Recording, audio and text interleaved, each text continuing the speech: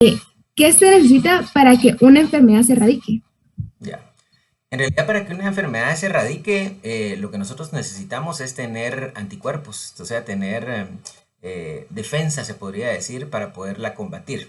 Esto es porque en nuestro organismo vamos a identificarlo y de esta manera va a reaccionar más rápidamente. Vamos a poder encapsularlo y lo vamos a poder detener. La inmunidad, por ejemplo, se genera de dos formas.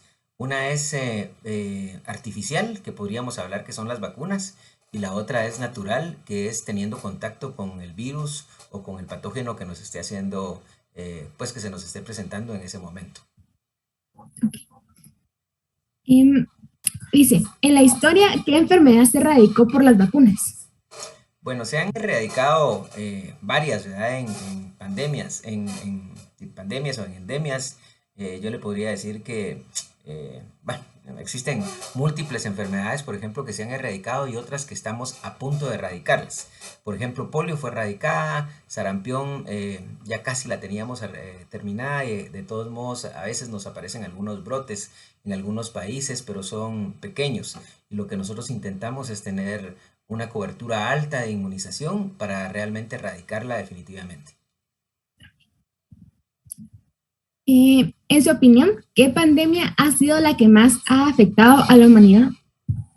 Bueno, yo creo que ha sido, depende, por ejemplo, porque si hablamos de 1919, pues esa pandemia fue aterradora para ellos, ¿verdad? Y no tenían las herramientas que nosotros tenemos. Sin embargo, nosotros nunca habíamos visto en la historia algo como esta pandemia de SARS-CoV-19 que realmente nos sacó de las casillas o de lo que realmente habíamos visto con anterioridad.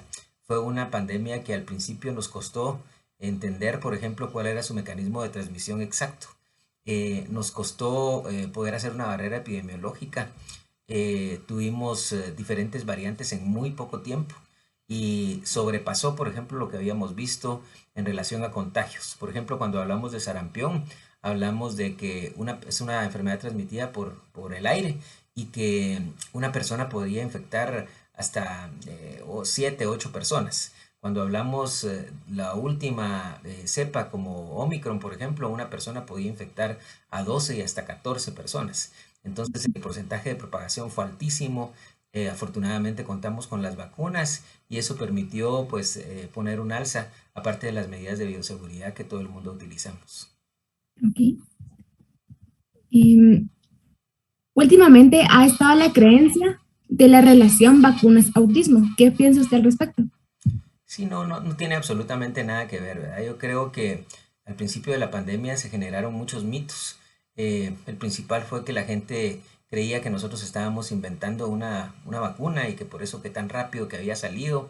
En realidad esto tiene años de manejarse, ¿verdad? Las metodologías o las plataformas para la elaboración de las vacunas y su eficacia. Entonces, en realidad con la tecnología pues fue muy fácil. Hay que entender que también hubo una inyección económica increíble, ¿verdad? Para tratar de detener la pandemia, junto con que a los países les interesaba mucho cuidar la economía y entonces era obvio que iba a ser una inversión alta. Hubo muchos mitos en relación a que si dejaba estéril a la gente, de que si la vacuna tenía un chip dentro, sí, muchas cosas que en su momento fueron discutidas. Creo que lo más importante, bueno, y se le dieron respuestas a la gente para que pues se empapara, pero lo más importante fue después que la misma gente se dio cuenta que realmente las vacunas protegían y que se convirtió en una pandemia de los no vacunados, que las personas que no estaban vacunadas eran las que llegaban a las unidades de cuidados intensivos, las personas que fallecían, lógicamente con comorbilidades, ¿verdad? Pero entonces ya después la gente lo entendió cuando ya tenía familiares o amigos cercanos que padecían y que lo miraban claramente sin necesidad de ser médicos o personal de salud pública. Okay. Dice, en su criterio, ¿cree que las vacunas son importantes? Por supuesto, creo que no estuviéramos conversando este tema ahorita si no hubiéramos tenido pues el alcance y el avance científico para poderlo tener. Y otra cosa es la capacidad de producción de estos biológicos, de distribución, de las estrategias de colocación. Creo que yo no diría que solo fueron importantes, yo creo que fueron vitales. hay que entender un poco las estrategias de las vacunas, ¿verdad? La estrategia de las vacunas no era únicamente proteger a la persona en sí, per se. O sea, evidentemente era uno de ellos, pero tenía cuatro componentes. El primero era que con esta protección usted ya no iba a llegar a, a las unidades de cuidados intensivos o a la muerte. Íbamos a tener un impacto en la economía con no perder a estas personas, pero también nos permitía no saturar los hospitales y poder mejorar la atención para las personas que estaban llegando. Esto era sumamente importante. Evidentemente nos daba tiempo para poder atender al paciente y sacarlo de esa crisis.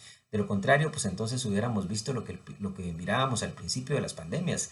¿Se recuerdan ustedes cuando empezaron a salir aquellas noticias aterradoras donde mirábamos a gente en la calle, gente que, furgones en los Estados Unidos donde los cadáveres estaban metiéndolos, por ejemplo, en cuartos fríos, donde los países estaban preparando en cementerios para hacer fosas comunes? Yo creo que lo que pasa es que se nos ha olvidado un poco el antecedente. Lo vimos, pero nuestra mente trata de bloquearlo.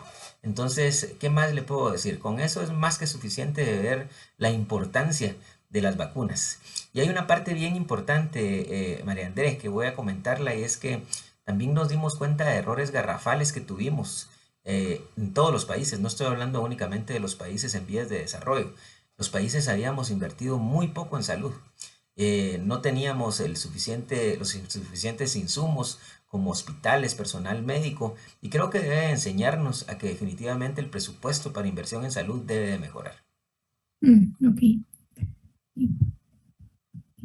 Las últimas dos, dice, con los datos actuales, en su criterio, ¿cuánto faltaría para que la pandemia actual se convierta en una endemia? Es difícil decirlo, ¿verdad? Porque realmente uno no, pues no es adivino, pero científicamente es muy poco probable que las variantes, o sea, una variante desplaza a la otra. Por ejemplo, Delta fue desplazada por Omicron. En su momento se hablaba Delta Omicron, pero no, lo que pasa es que una de las variables empieza a desplazar a la siguiente. Es muy poco probable que una variable como Omicron, por ejemplo, se transforme en una variable más agresiva. Me refiero al porcentaje de mortalidad. Entonces, yo trato de ser optimista, creo que comparto con muchos expertos en que dentro de muy poco, yo le diría que unos 3 o 6 meses, por ejemplo, se alcance una inmunidad importante, tanto artificial como natural. Y esto nos va a permitir, pues, volver a tener una aparente normalidad y que la enfermedad únicamente se convierta en endemia, que significa que va a estar en determinados lugares, por ejemplo, y en determinadas épocas del año.